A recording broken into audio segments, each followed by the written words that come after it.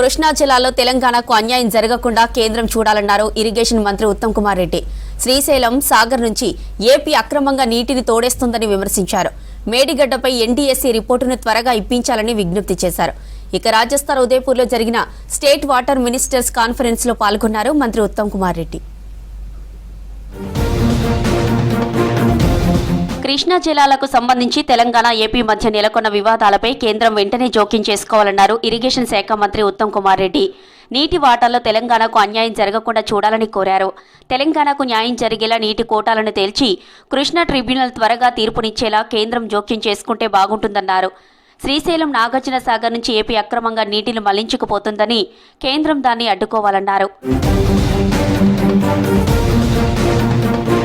కృష్ణా నదిపై టెలిమెట్రీలను ఏర్పాటు చేయాలన్నారు మంత్రి ఉత్తమ్.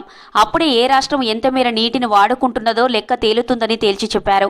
మంగళవారం రాజస్థాన్లోని ఉదయపూర్లో కేంద్ర జలశక్తి శాఖ ఆధ్వర్యంలో నిర్వహించిన రెండో all India state water ministers conference 2025లో ఉత్తమ్ పాల్గొన్నారు.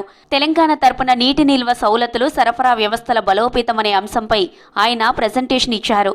రాష్ట్ర ప్రయోజనాలకు సంబంధించి కేంద్రానికి పలు డిమాండ్లు చేశారు. పాలమూరు రంగారెడ్డి లిఫ్ట్ స్కీమ్, సమ్మక్క సాగర్, సీతారామ సాగర్ ప్రాజెక్టులకు వీలైనంత త్వరగా నీటి కేటాయింపులను చేయాలని కోరారు. రాష్ట్ర సర్కార్ చేపడుతున్న పలు ప్రాజెక్టులకు తక్కువ వడ్డీ రేట్లతో దీర్ఘకాలిక రుణాలు ఇచ్చేలా చూడాలన్నారు మంత్రి.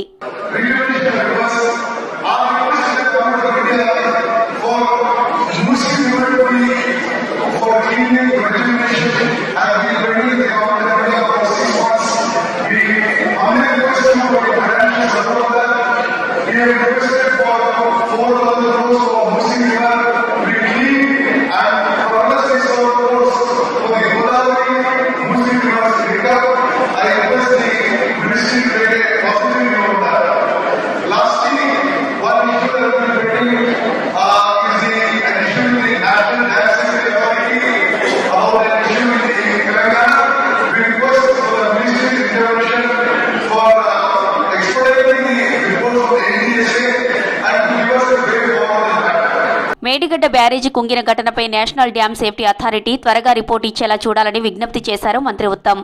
కొన్ని నెలలుగా ఎన్డీఎస్సీ విచారణ చేస్తూనే ఉందని, ఇప్పటికీ నివేదిక ఇవ్వలేదని అసంతృప్తి వ్యక్తం చేశారు.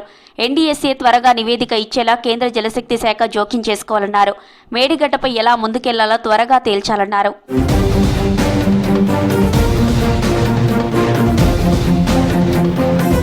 రాష్ట్ర ప్రభుత్వం చేపట్టిన మూసీ పునరుజ్జీవ ప్రాజెక్టుకు 10,000 కోట్ల నిధులివ్వాలని కేంద్రాన్ని కోరారు మంత్రి ఉత్తమ్.